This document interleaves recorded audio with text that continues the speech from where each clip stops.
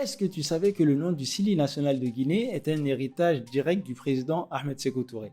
Je t'explique.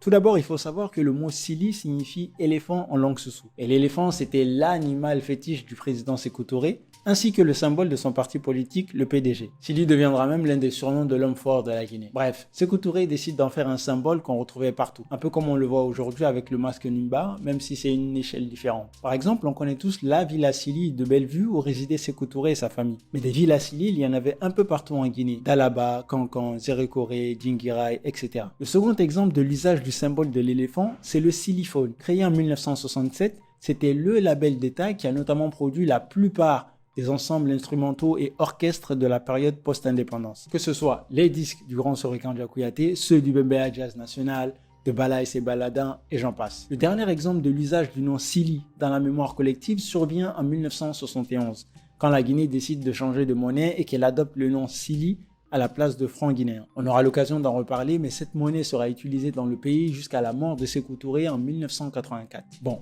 une fois qu'on sait tout ça, c'est tout naturellement que l'équipe prend le nom de Sili National lorsque la Fédération guinéenne de football est créée en 1960. Mais si vous pensez que l'influence de Sékou Touré se limitera seulement au nom donné à l'équipe, laissez-moi vous dire que vous avez tort, car le président fera tout pour que le football guinéen contribue aussi au rayonnement du pays à l'international, que ce soit avec ou contre le gré des joueurs et acteurs du football de l'époque. Mais ça, c'est une autre histoire. Abonnez-vous.